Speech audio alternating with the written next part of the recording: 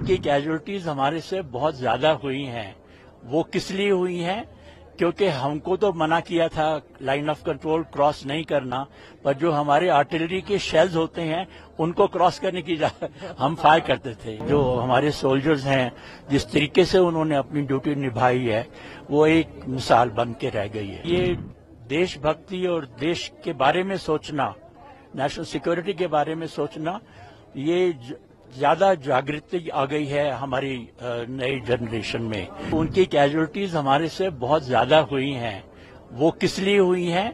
کیونکہ ہم کو تو منع کیا تھا لائن آف کنٹرول کراس نہیں کرنا، پر جو ہمارے آرٹلری کے شیلز ہوتے ہیں ان کو کراس کرنے کی ہم فائر کرتے تھے. تو ہماری جو گنز تھی وہ ان کے ایریا میں کافی زور سے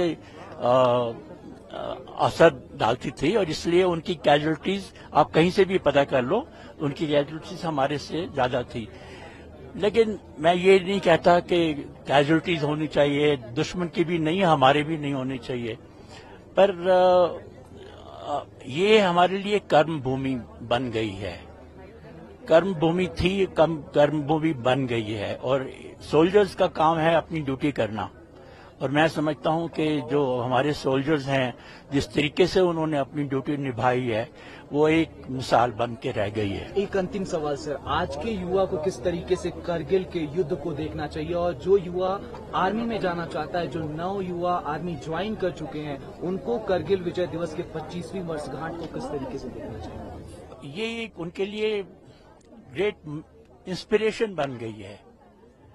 اور مجھے اس بات کی بھی خوشی ہے کہ ہر سال جو لوگ یہاں پر آتے ہیں، ہمارے یوا لوگ خاص کر آتے ہیں یہاں پر، یہ ان کے لیے جو یہاں پر ہمارا اسمارک بن گیا ہے تو ان کو بڑی انسپریشن دیتا ہے اور موٹیویٹ کرتا ہے.